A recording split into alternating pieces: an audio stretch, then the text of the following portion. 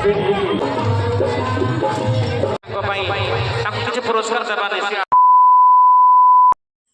Everyone, Hare Krishna, welcome back to Pragya diaries.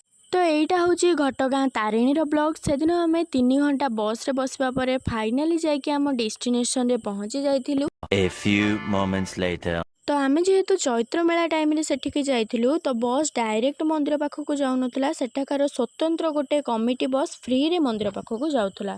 Then finally आम जाई मंदिर पाखरे पहुँची जाइथिलु। तापर आम सेठु किछि भोग किनि नेइथिलु। भोग किनिकी आम डायरेक्ट माँ को पाखक दर्शन पाई जाइथिलु। माँ को दर्शन आमर बहुत भलरे हो जाइथिला। तापर आम एठी टिके फोटो उठेई देइथिलु। 1 hour later.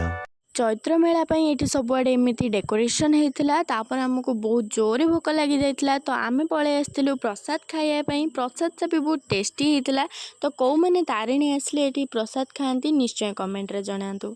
आउ ये देखो सकाळु किछि न खाइबार परिणाम। खाई पी सारिकी आम आसिकी सेठी टिके बुलुथुलु। से दिन आम बहुत एंजॉय करथिलु, बट मु ताकु ब्लॉग रे कैप्चर करि पारिनी।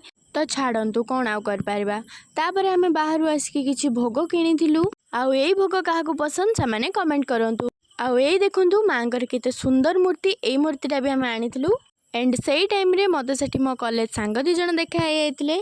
आउ आमे 3 जण कोन फ्लेक्स न मारी के रहि पारिबो ना, सेमिति हे पारिबोनी, इम्पॉसिबल। एंड मु एठी कहतली कि आमे 3 जण अलगा अलगा आस्थिलु, बट हमर एठी कोइंसिडेंटली देखा हे गला। तो वीडियोटी भल लागिथिले like comment share and subscribe कर देबे। रहूची पुनी देखा नेक्स्ट ब्लॉग रे।